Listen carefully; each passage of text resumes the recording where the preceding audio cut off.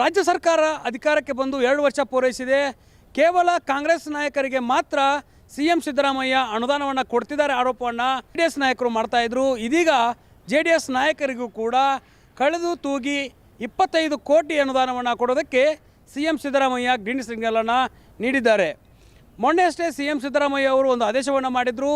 ಲೋಕೋಪಯೋಗಿ ಇಲಾಖೆಗೆ 50% ಮತ್ತು ಇತರೆ ಕೆಲಸಗಳಿಗೆ 50% ಅನುದಾನವನ್ನು ಕೊಡುವ ನಿಟ್ಟಿನಲ್ಲಿ 50 ಕೋಟಿ ಅನುದಾನವನ್ನು ಕಾಂಗ್ರೆಸ್ ಶಾಸಕರಿಗೆ ಘೋಷಣೆಯನ್ನು ಮಾಡಿದರು.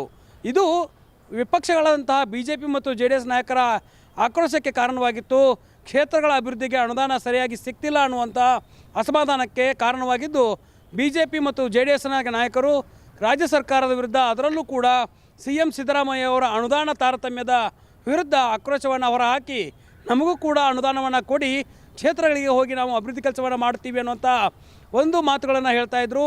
ಆದರೆ ಇಷ್ಟು ದಿನಗಳ ನಡುವೆ JDSಗೆ ಯಾವುದೇ ರೀತಿಯಾದಂಥ ಅನುದಾನವನ್ನು ಕೊಟ್ಟೇ ಇಲ್ಲ ಅನ್ನುವಂಥ ಕೂಗು ಕೇಳಿ ಬರ್ತಾಯಿತ್ತು. ಹೀಗಾಗಿ ಸಿಎಂ ಸಿದ್ದರಾಮಯ್ಯ ಅವರ ವಿರುದ್ಧ ಹೋರಾಟಕ್ಕೂ ಕೂಡ JDS ನಾಯಕರು ಮುಂದಾಗಿದ್ದರು.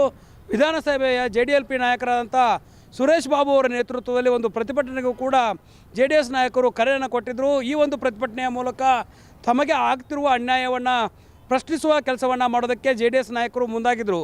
ಆದರೆ ಈ ಒಂದು JDS ನಾಯಕರ ಜೊತೆಗೆ ಮೈತ್ರಿಯನ್ನು ಮಾಡಿಕೊಂಡಿರುವಂಥ BJP ನಾಯಕರು ಇದರ ಬಗ್ಗೆ ತುಟಿಕ್ ಕಂಡಿರಲಿಲ್ಲ. BJPಯ ಶಾಸಕರಿಗೆ 25 ಕೋಟಿ ಅನುದಾನವನ್ನು ಘೋಷಣೆ ಮಾಡಿದ್ದಕ್ಕೆ ಒಂದಿಷ್ಟು ಸಂತೋಷವಾಗಿದ್ದರು. ಅದರ ಜೊತೆಗೆ ಎಷ್ಟು ಬಂದಷ್ಟು ಅನುದಾನ ಬರಲಿ ಅನ್ನುವಂಥ ಚಿಂತನೆಯಲ್ಲಿ BJP ನಾಯಕರಿದ್ದರು. ಹೀಗಾಗಿ BJP ಮತ್ತು JDS ಮೈತ್ರಿ ನಾಯಕರ ನಡುವೆಯೂ ಕೂಡ ಇದೊಂದು ಏನು ಮುನಿಸಿಗೆ ಕಾರಣವಾಗಿತ್ತು. ಕೆಲವೊಂದಿಷ್ಟು ಶಾಸಕರು ತಮ್ಮ ಕ್ಷೇತ್ರಗಳ ಅಭಿವೃದ್ಧಿಗೆ ಅನುದಾನ ಸಿಗ್ತಿಲ್ಲ ಅನ್ನುವಂಥ ಆರೋಪಗಳನ್ನು ಮಾಡ್ತಾಯಿದ್ರು. ಹೀಗಾಗಿ ಸಿಎಂ ಸಿದ್ದರಾಮಯ್ಯ ಅವರನ್ನು ಭೇಟಿಯಾಗಬೇಕನ್ನುವಂಥ ಆಲೋಚನೆಯಲ್ಲಿ ಸಿಎಂ ಸಿದ್ದರಾಮಯ್ಯ ಅವರ ಭೇಟಿಗೆ ಅವಕಾಶವನ್ನು ಕೂಡ ಕೇಳಿದರು. ಆದರೆ ಸಿಎಂ ಸಿದ್ದರಾಮಯ್ಯ ಅವರು JDS ನಾಯಕರ ಭೇಟಿಗೆ ಅವಕಾಶವನ್ನು ಕೊಟ್ಟಿರಲಿಲ್ಲ.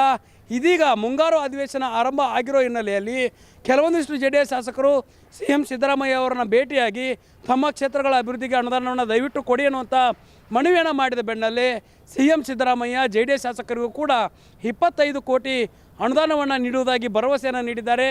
ಈ ಒಂದು ಅನುದಾನ ಕಳೆದ 2 ವರ್ಷದಲ್ಲಿ ಯಾವ ರೀತಿ ಅನುದಾನವನ್ನು ನೀಡದೆ ತಾರತಮ್ಯವನ್ನು ಮಾಡ್ತಾಯಿದ್ರು, ಅದೆಲ್ಲದಕ್ಕೂ ಕೂಡ ಒಂದು ಸಣ್ಣ ಬ್ರೇಕನ್ನು ಕೊಡೋದಕ್ಕೆ ಮುಂದಾಗ್ತಿರುವಂಥ ಸಿಎಂ ಸಿದ್ದರಾಮಯ್ಯ ಕ್ಷೇತ್ರದ ಅಭಿವೃದ್ಧಿಗಳಿಗೆ 25 ಕೋಟಿ ಅನುದಾನವನ್ನು ಕೊಡೋದಕ್ಕೆ ಈಗ ಮುಂದಾಗಿದ್ದಾರೆ. ಈಗ ಭರವಸೆಯನ್ನು ನೀಡಿರೋದ್ರಿಂದ JDS ನಾಯಕರು ಕೂಡ JDSನ ಶಾಸಕರು ಕೂಡ ಸಂತೋಷವಾಗಿದ್ದಾರೆ. 25 ಕೋಟಿ ಅನುದಾನ ಯಾವ ರೀತಿಯ ಬಳಕೆ ಮಾಡಿಕೊಳ್ಳಬೇಕು, ಯಾವ ರೀತಿ ಕಾಮಗಾರಿಗಳಿಗೆ ಇದನ್ನು ಬಳಕೆ ಮಾಡಬೇಕು, ಅದರ ಜೊತೆಗೆ ಕ್ಷೇತ್ರದ ಜನರಿಗೆ ಆಗ್ತಿರುವಂಥ ಸಮಸ್ಯೆಗಳಿಗೆ ಈ ಒಂದು 25 ಕೋಟಿಯಲ್ಲಿ ಯಾವ ರೀತಿ ಹಂಚಿಕೆ ಮಾಡಬೇಕು ಅನ್ನುವ ಲೆಕ್ಕಾಚಾರದಲ್ಲಿ JDS ಶಾಸಕರಿದ್ದಾರೆ. ಈಗ ಸಿಎಂ ಸಿದ್ದರಾಮಯ್ಯ ಭರವಸೆ ನೀಡಿದ್ದಾರೆ. ಈ ಭರವಸೆ ಯಾವ ರೀತಿ ಅನುದಾನವನ್ನು ಪಡೆಯುವ ಮೂಲಕ ಕ್ಷೇತ್ರ ಅಭಿವೃದ್ಧಿಗೆ ಸಹಾಯ ಆಗುತ್ತೆ ಅನ್ನೋದನ್ನು ಒಂದು ಕಡೆ ಕಾದು ನೋಡಬೇಕಾಗುತ್ತೆ. ಅದರ ಜೊತೆಗೆ JDS ಶಾಸಕರಿರುವಂಥ 18 ಜನ ಶಾಸಕರು ತಮ್ಮ ಕ್ಷೇತ್ರಗಳ ಅಭಿವೃದ್ಧಿ ಪಟ್ಟಿಯನ್ನು ಸಿಎಂ ಸಿದ್ದರಾಮಯ್ಯ ಅವರಿಗೆ ಕೊಡಬೇಕಾಗತ್ತೆ. ಅದರಲ್ಲೂ ಕೂಡ ಪ್ರಮುಖವಾಗಿ ಲೋಕೋಪಯೋಗಿ ಇಲಾಖೆಗೆ ಈ ಒಂದು 50% ಅನುದಾನ ಬಳಕೆ ಆಗುವಂಥದ್ದು, ಅದರ ಜೊತೆಗೆ RDPR ಇಲಾಖೆಗೆ 25% ಅನುದಾನ ಬಳಕೆ ಆಗುತ್ತೆ. ಹೀಗಾಗಿ ಉಳಿದ ಅಭಿವೃದ್ಧಿ ಕೆಲಸಗಳಲ್ಲೂ ಕೂಡ ಏನು ಶಾಸಕರು ತಮ್ಮ ವಿವೇಚನೆಗೆ ಬಿಟ್ಟಂಥ ನಿಟ್ಟಿನಲ್ಲಿ ಈ ಒಂದು ಅವರ ಕ್ಷೇತ್ರಗಳ ಅಭಿವೃದ್ಧಿಗೆ ಅನುದಾನವನ್ನು ಬಳಕೆ ಮಾಡಿಕೊಳ್ಬೇಕಾಗತ್ತೆ.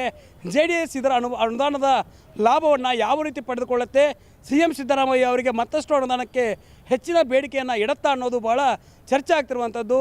JDSನ 18-19 ಶಾಸಕರಿದ್ದಾರೆ. ಅವರೆಲ್ಲರೂ ಕೂಡ ಸಿಎಂ ಸಿದ್ದರಾಮಯ್ಯ ಭೇಟಿಯಾಗಿ ಮತ್ತೊಂದಿಷ್ಟು ಅನುದಾನಕ್ಕೆ ಬೇಡಿಕೆಯನ್ನು ಇಡುವಂಥ ಸಾಧ್ಯತೆ ಹೆಚ್ಚಾಗಿರುವಂಥದ್ದು. ಕ್ಯಾಮ್ರಾ ಪರ್ಸನ್ ಶಿವ್ ಜೊತೆ ದುರ್ಗೇಶ್ ನಾಯಕ, guarantee news, Bengaluru. Guarantee news, ಸುದ್ದಿ ಖಚಿತ, ನ್ಯಾಯ ನಿಶ್ಚಿತ.